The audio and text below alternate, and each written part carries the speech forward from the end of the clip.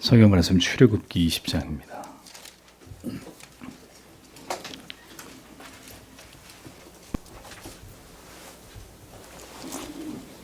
출애굽기 20장 1절 2절 말씀을 보겠습니다.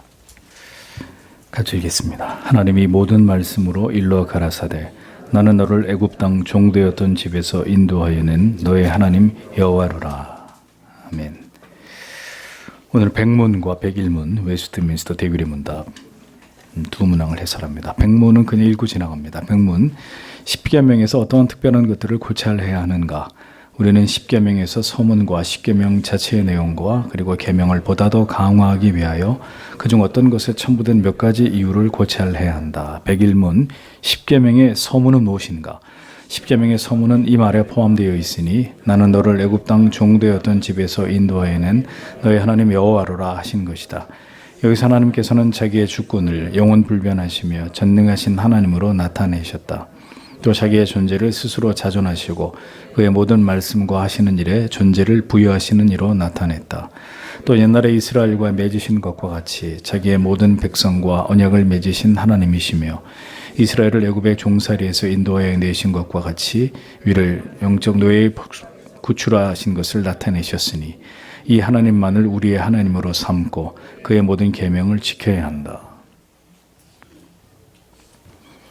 자, 여러분 십계명의 서문이 존재하는 것을 알고 계셨습니까?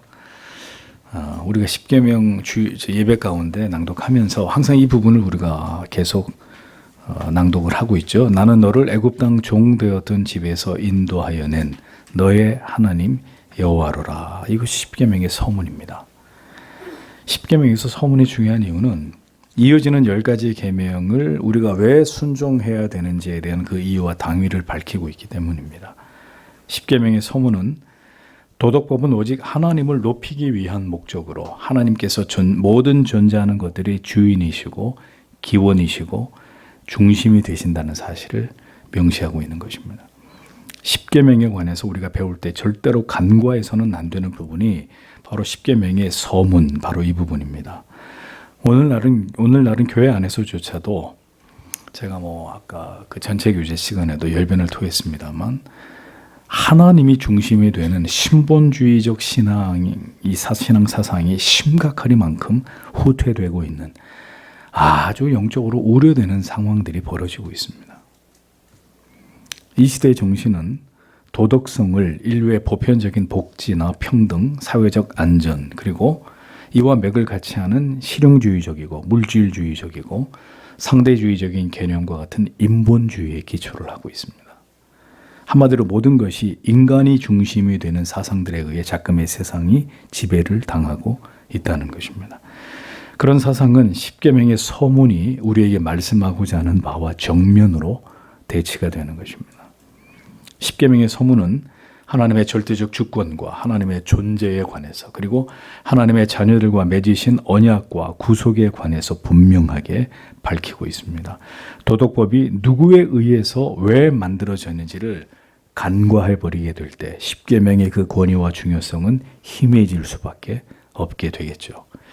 그러므로 십계명을 우리가 배우고 떠올릴 때 이는 곧 하나님에 대한 그 백성들의 지엄한 의무이고 법이고 하나님이 모든 우리의 삶의 중심이 되심을 언제나 깊이 우리의 마음과 영혼 가운데 각인해야 된다라는 것을 유념할 필요가 있습니다. 값싼 구원, 쉬운 믿음으로 뒤덮인 오늘의 이 저급한 신앙계에서 우리는 여전히 이 십계명의 위치를 우리의 신앙의 중심에 두고 이 도덕법을 준수할 거룩한 의무를 우리의 삶으로 감당하면서 하나님을 높이고 영어롭게 하는 삶을 살아가는 하나님의 자녀들이 되어야 한다는 거죠. 다시 얘기합니다. 십계명이 왜 중요하냐? 하나님이 중심이 되는, 하나님의 법이 중심이 되는 거룩한 성도의 삶이 우리 구원받은 하나님의 자녀들에게 매우 강조되어야 되기 때문입니다. 십계명이 보다 더 강조되어야 오전 예배 드리는 성도들이 오후 예배도 다 드리고 오전 오후 예배 드린 성도들이 주중에 기도회도 나오고 성도의 모든 거룩한 모임에 참여하고 그래서 하나님과 성경과 교회가 중심되는 하나님의 법이 가장 우선되는 그 신앙생활을 이 세상에서 살아낼 것이기 때문입니다. 그 하나님의 법, 여기에 대해서 두 번 다시 얘기할 필요가 없는 이런 하나님의 자녀들이 되어지지 않겠습니까? 십계명을 얘기하지 않으면 다 자기 마음대로 예수를 믿어요. 분명히 말씀드리지만 다 자기 본의로 나올 수 있으면 나오고 나올 수 없으면 말고 할 수 있으면 하고 하기 싫으면 그만이고. 그래서 도덕법이 우리의 신앙의 뼈대가 되고 중심이 된다라는 것입니다. 먼저 십계명의 서문이 나타내고자 하는 바는 하나님께서 자기의 주권을 영원불변하시며 전능하신 하나님으로 나타내셨다는 것입니다. 하나님의 주권이란 절대적이고 최상위고 불변하시는 권위와 통치를 의미합니다. 이 하나님의 주권은 온 우주에 미치고 있고 모든 피조물들을 향한 최고의 주권을 가리킵니다. 이 하나님의 절대적인 주권과 섭리와 그 통치에 의해서 이 온 우주가 다스려지고 세상의 역사의 흐름이 진행되고 우리가 이 땅에 존재하는 것입니다. 웨스트민스터 신앙고백서 2장 2절은 이 하나님에 대해서 자신의 영광을 피조물들 안에서 그것들에 의해서 그것들에게 그것들 위에 나타내시는 분이라고 설명을 하고 있습니다. 그러므로 그 어떤 피조물이라 할지라도 하나님의 뜻이나 계획이나 섭리에 대해서 의문을 제기할 수 없다 이겁니다. 그것은 곧 불신앙이고 하나님에 대한 도전이고 불경한 죄가 되기 때문입니다. 왜냐하면 이 존재하는 모든 것이 하나님에 의해서, 여러분들에게 누차 말씀드렸어요. 존재하는 모든 것이 저절로 있는 게 아니라 하나님에 의해서 만들어졌기 때문입니다. 오직 하나님만 영원한 원인자이시기 때문입니다. 그래서 하나님의 주권은 오직 하나님만이 이 온 세상의 주인이 되신다라는 걸 밝히는 거예요. 여기서 누가 감히 하나님이 왜 세상의 주인이야? 그럼 인간의 존재는 뭔데? 왜 하나님이 누구 마음대로 세상의 주인이야? 라고 감히 이 하나님의 주권에 대해서 인간은 이렇게 도전할 수 없다는 거죠. 피조물에 지나지 않잖아, 인간은. 하나님은 창조주이시고. 누구도 이 우주의 기원을, 인간의 기원을 정확히 말할 수 없습니다. 과학이라는 이름으로는 추론을 할 뿐이지 증명할 수 있어요? 진화론을 과학이 100% 증명했습니까? 오직 하나님께서 분명하게 하나님 자신이 온 우주와 인간을 창조했다라고 밝히고 있잖아요. 과학은 지금도 여전히 추론할 뿐, 수많은 이론을 제기할 뿐입니다.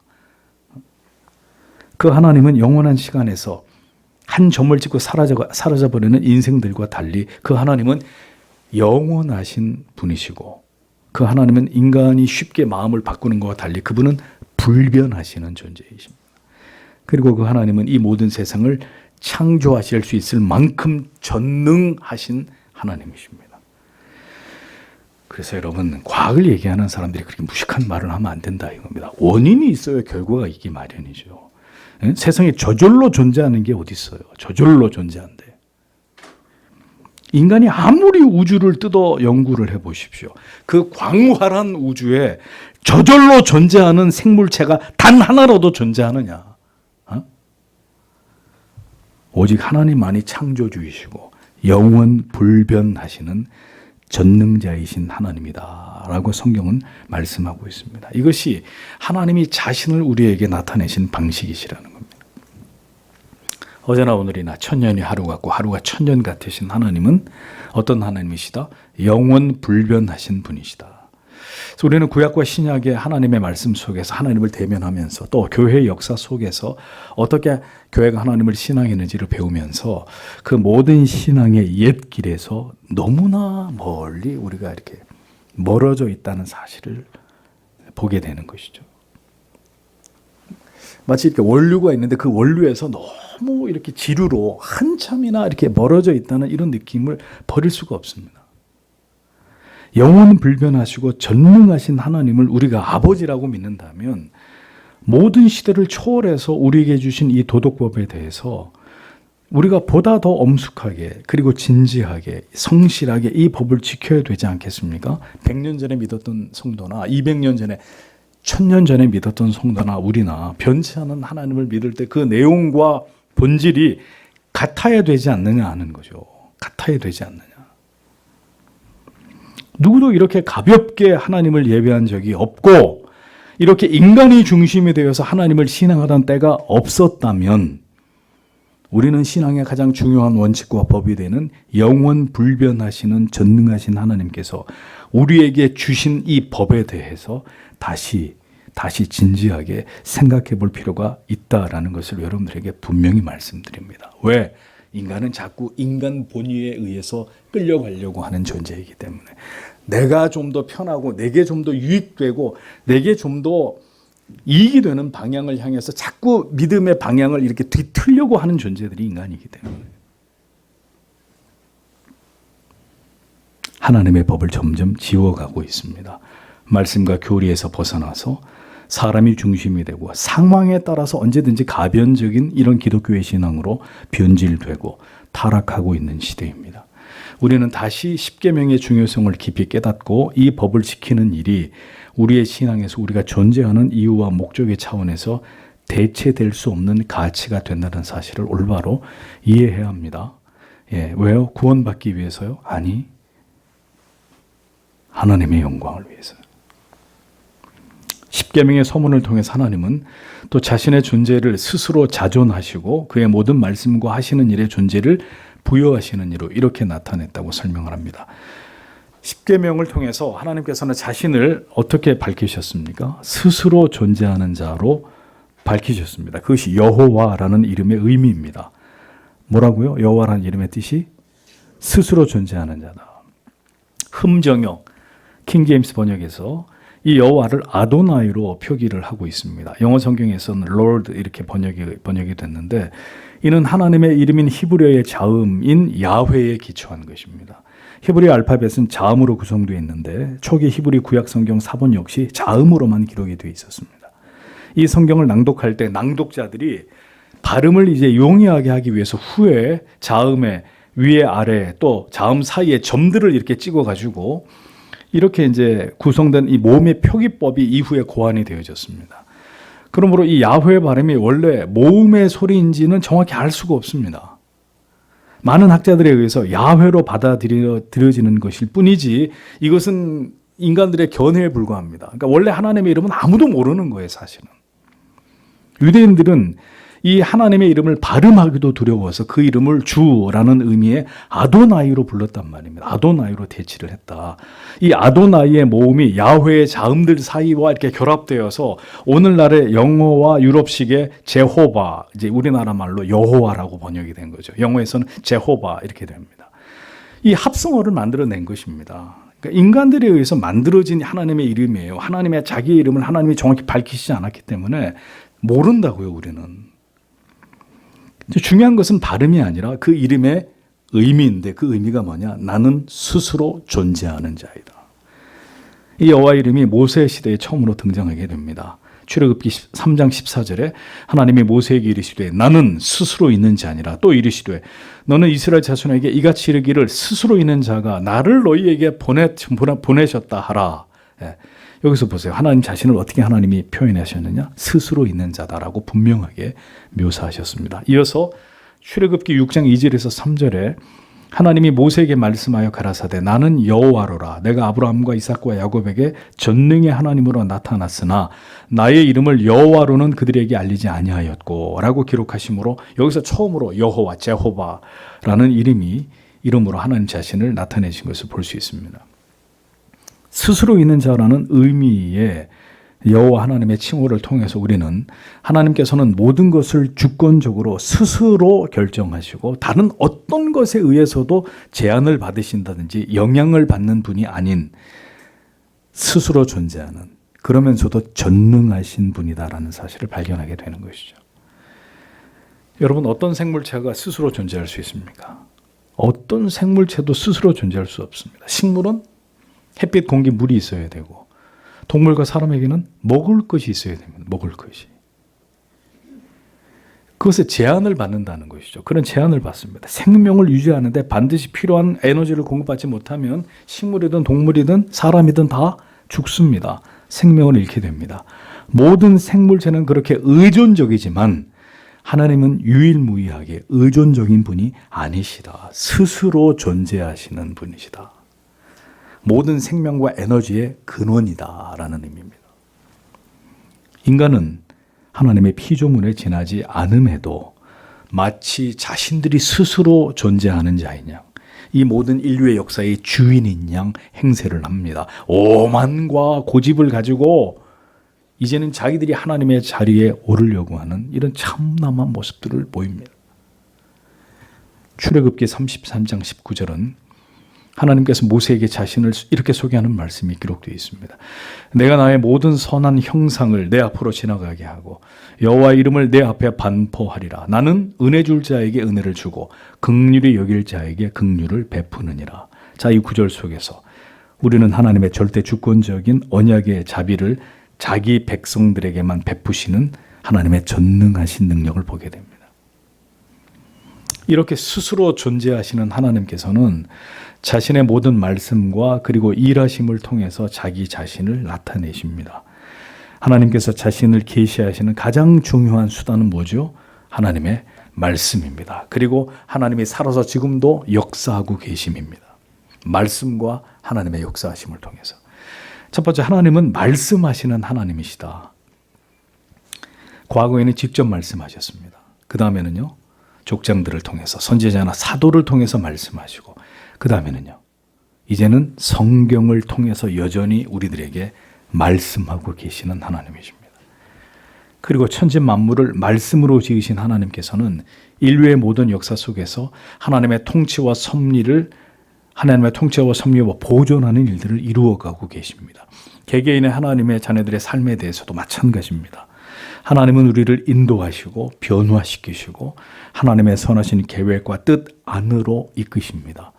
놀라운 일들을 우리의 인생 가운데 행하심으로 하나님의 존재하심을 모든 자녀들의 삶 속에서 그들의 영혼과 마음 속에 나타내십니다.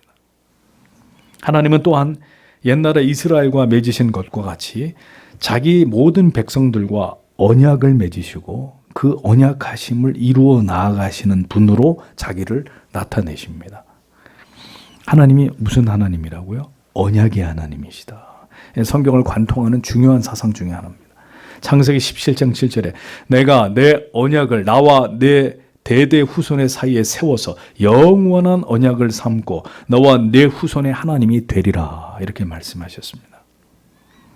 아브라함과 이삭과 야곱과 언약을 맺으셨을 뿐 아니라 성경의 모든 중요한 하나님의 사람들과 그리고 언약의 자손들과 언약을 맺으시는 하나님 되심을 성경은 우리에게 분명하게 증언하고 있습니다. 그러므로 우리는 이 하나님의 언약을 통해서 예수 그리스도를 믿음으로 말미암아 의롭게 된, 구원에 이르게 된 하나님의 자녀가 되는 것입니다.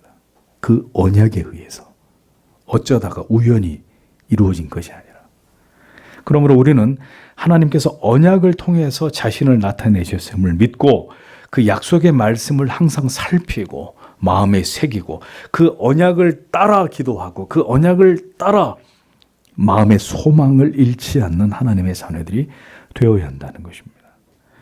신앙은 하나님이 우리에게 주신 뭘 붙잡는 것이다? 약속을 붙잡는 것이다. 그런데 무슨 약속을 하셨는지 알아야 붙들 거 아니에요. 응? 도대체 뭘 약속을 해줬는지를 알아야, 이렇게 약속하지 않으셨습니까? 하나님 우리에게. 이렇게 하나님 앞에 담대하게 그 약속하심을 믿고 기도할 거 아닙니까? 그러니 흔들리고 무너지고 방황하고 곁길로 가는 거예요. 뭘 모르니까, 약속을 모르니까. 십계명의 서문을 통해서 마지막으로 하나님께서는 이스라엘을 애굽의 종살이에서 인도하여 내신 것과 같이 우리를 영적인 노예의 속박에서 구출해 내실 것이라는 사실을 말씀하고 계십니다. 하나님께서는 이스라엘 백성들이 애굽의 종, 너희가 애굽의 종, 슬레이브, 노예이지 않았느냐? 응? 종은 지배를 당하는 노예의 입장입니다. 자유함이 없고 어떤 것도 주장할 수 없습니다. 자기 자신을. 이스라엘은 애굽이라는 나라를 통해서 강력하게 지배를 당했고 포악한 압제를 받아야 했습니다. 그런데 애굽에서 종되었던 너희를 인도해낸 나 여호와다. 하나님이 그들을 그 가운데서 구출하셨다는 뜻입니다. 이 사건의 영적 의미는 바로 우리들 또한 영원한 율법의 저주 아래서 죄악의 종 노릇을 하던 자들이었는데 그리스도를 통해서 우리에게 주신 그 믿음으로 그 영원한 죄의 저주와 형벌 아래서 영적인 속박으로부터 하나님이 우리를 구출해 내셨다는 겁니다. 그러므로 십계명은 구원을 얻기 위해서 지켜야 될 법이 아니라 이 위대하신 하나님의 사랑과 그 은혜에 보답하기 위한 감사의 마음 그리고 자발적 순종의 마음을 가지고 하나님의 백성들이 이렇게 하나님을 사랑하고 경외합니다 라는 우리의 구원받은 하나님의 자녀의 그 감격과 감사를 표현하고 증명하는 수단으로서의 이 도덕의 법을 지키고 순종하는 것이라는 겁니다. 그렇기 때문에 구원받은 그리스도인이라야 그의 마음과 영혼 속에 이 하나님의 법을 지켜야 된다는 강력한 동기와 목적이 생기는 것인데 그것은 곧 이 법을 지켜 행함으로 세상으로부터 구별된 삶으로 내가 하나님을 영화롭게 하고자 하는 바로 그 마음입니다. 거듭난 자라야 이 마음이 생깁니다. 거듭나지 않으면 목사님 오늘 11시 예배 드렸습니다. 그리고 바빠서 저는 또 다른 일이 많아가지고요. 다음 주에 뵙겠습니다.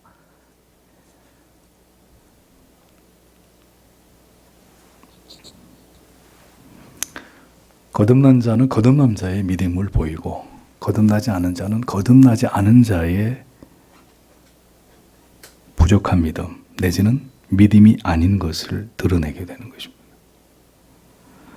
이 위대하신 구원을 베풀어 주신 하나님을 깊이 알고 경험하게 될수록 그 하나님을 아버지로 우리의 하나님으로 삼고 그의 모든 계명을 기꺼이 지켜 행하고자 하는 뜻을 따라서 인생을 살아가게 되는 것입니다. 이것이 내가 사는 이유고 내 존재의 목적이다라는 의식을 계속 하나님의 말씀을 통해서 받게 되고 그렇게 살아갈 때 무한한 감사와 기쁨과 자족을 얻게 되는 것이죠. 하나님의 백성들은 말입니다. 이것이 바로 인간이 중심이 된 시대 가운데 하나님이 중심이 된 자들의 삶이어야 하고 하나님이 바로 그것을 우리들에게 명하시고 바라고 계신다라는 사실을 기억하셔야 합니다. 성도 여러분, 잊지 마십시오. 내가 내 삶의 중심이 아닙니다. 언제든 하나님이 중심이 되고 그 성경이 중심이 되고 교회가 중심이 되는 것이 바로 하나님을 경외하는 도이고 십계명의 정신입니다. 오늘도 그러니까 이런 믿음을 가지고 하나님을 신앙하는 자들을 하나님이 찾으십니다. 그리고 그들을 통해 영광을 받으십니다. 십계명이 이 가볍게 이를 데 없는 믿음을 가진 시대 속에서 교회와 성도의 마음속에서 지워지고 있는 이런 상황이라면 이 하나님이 주신 영원한 도덕법이 오늘날 신앙의 중요한 지표가 되지 않고 있는 시대라면 교회와 성도는 반드시 하나님의 지엄한 심판을 받게 될 것입니다. 이 하나님의 법을 우습게 여긴 그 대가를 반드시 지불하게 될 것입니다. 부디 오늘도 도덕법의 모든 계명을 감사와 그리고 기쁨으로 자원함으로 지켜 행함으로 세상과 구별된 자들로 그 존재의 이유와 목적을 따라 살아가시는 그리스도 예수의 사람들이 되십시오. 그것이 곧 하나님을 영화롭게 하는 성도의 삶입니다.